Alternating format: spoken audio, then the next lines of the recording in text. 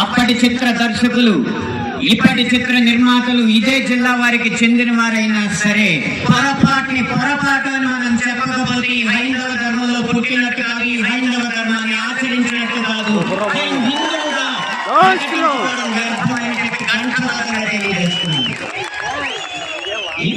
ఈ సభలో, ఈ గొప్ప సభలో సత్యవాణి గారిని అభినవ ద్రౌపదిగా భక్తులు అభివర్ణించారు. ఆవిడే ఒప్పుకుంటారా? నిండు సభలో ద్రౌపదిని వధువులు వలచండి అని సలహా ఇచ్చిన కర్ణుడి సూర్యుడు అంటే సత్యవాణి గారు లాంటి మహిళలు ఒప్పుకుంటారా?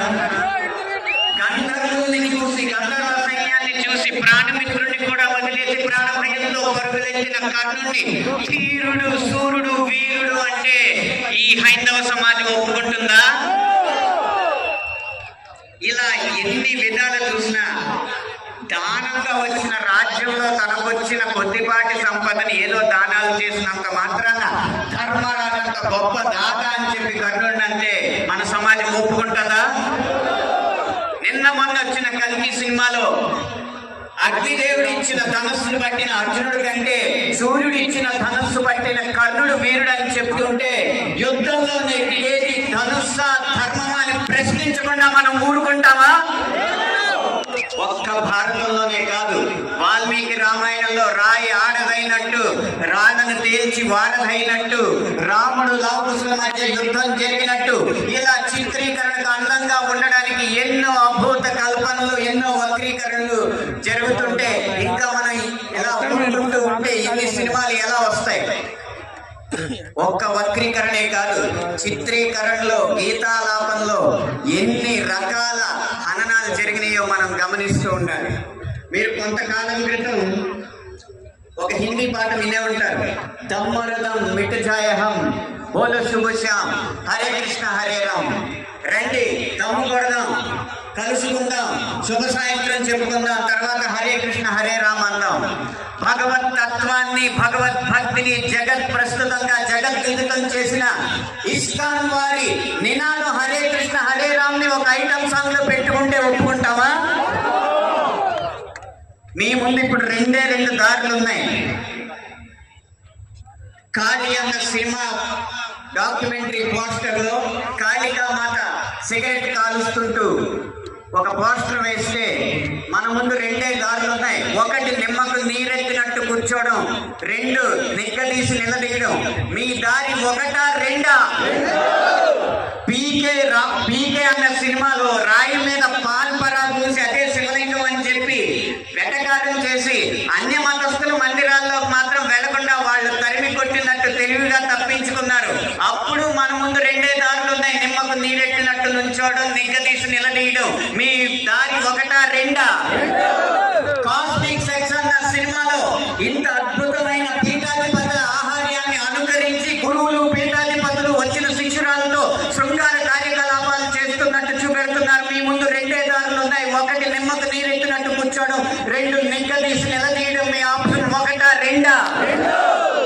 ఎంఎఫ్ హుస్సేన్ లాంటి చిత్ర దర్శకుడు, చిత్రకారుడు సరస్వతి, దుర్గా మాతల బొమ్మల్ని అశ్లీలంగా వేసినప్పుడు వారి కోవలోనే అక్రమ్ హుస్సేన్ అనే చిత్రకారుడు కృష్ణుణ్ణి బార్లో ఉంచి గోపికల్ని బికినీల్లో చిత్రించినప్పుడు మన ముందున్న దారులు రెండే రెండు, ఒకటి నిమ్మకు నీరెత్తినట్టు కూర్చోవడం, రెండు నిగ్గదీసి నిలదీయడం. మీ దారి ఒకటా రెండా? ఛత్రపతి శివాజీ తర్వాత అంత గొప్ప మరాఠా యోధుడు బాజీరావు మస్తానీగా ప్రేమ పిచ్చోడుగా చిత్రీకరించినప్పుడు మన ముందు రెండే రెండు దారులు ఉన్నాయి, ఒకటి నిమ్మకు నీరెత్తినట్టు కూర్చోవడం, రెండు నిగ్గదీసి నిలదీయడం. మీ దారి ఒకటా రెండా? ఇలా ఇన్ని విధాలుగా హననం జరుగుతుంటే ఇంకా మనం నిశ్శబ్దంగా కూర్చుంటే అది మన హైందవ సమాజానికే కళంకం అని నేను మనస్ఫూర్తిగా తెలియజేస్తున్నాను. పాటని ఎలా ఉపయోగించచ్చో, అదే హరే కృష్ణ హరే రామ్ ఎలా ఉపయోగించచ్చో సీతారాం శాస్త్రి గారు మనకి తెలియజేశారు. హరే రామ హరే కృష్ణ కృష్ణ కృష్ణ హరే హరే.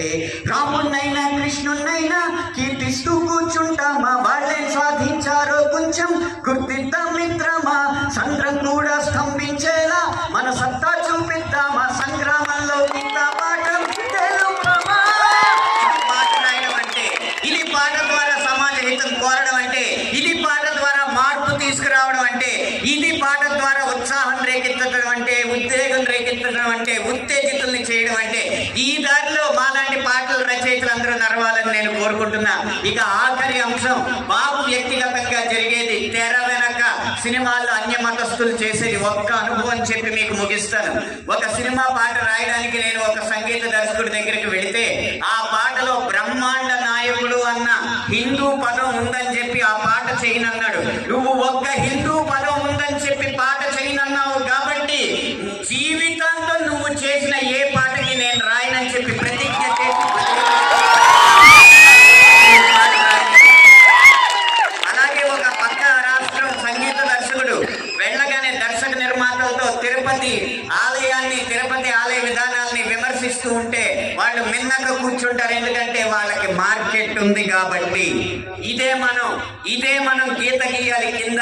సినిమా అనేది నేను ముందు చెప్పినట్టు వ్యాపారాత్మకమైన కళాత్మకమైన వ్యాపారం కాబట్టి ఆ వ్యాపారాన్ని సినిమా